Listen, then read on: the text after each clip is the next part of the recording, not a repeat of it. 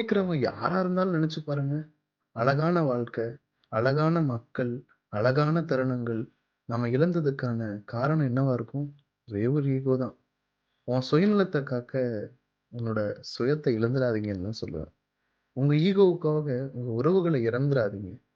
இறக்கிறதும், இழக்கிறதும் ஒண்ணுதான். அவங்க பண்ணது பெரிய தப்பு தான். இல்லைன்னுலாம் சொல்லல. அண்ணன் தானே! ஒரு வாட்டி, "அண்ணே பேசுனேன். நான் பண்ணது தப்பு தானே." கேளுங்க. அக்கா தானே! கொஞ்சம் அனுசரிச்சு போங்க. உங்க அக்கா தானே! உங்க தம்பி, உங்க தங்கச்சி, உங்க அப்பா, அம்மா தானே! விட்டு குடுங்க. ஈகோ விடமாட்டேங்குது. ஈகோவ விட்டுடுங்க. உன்னோட உயிரான உறவ விடவா இந்த ஈகோ பெருசு? ஈகோவோட வாழலாம். நிம்மதி இல்லாம.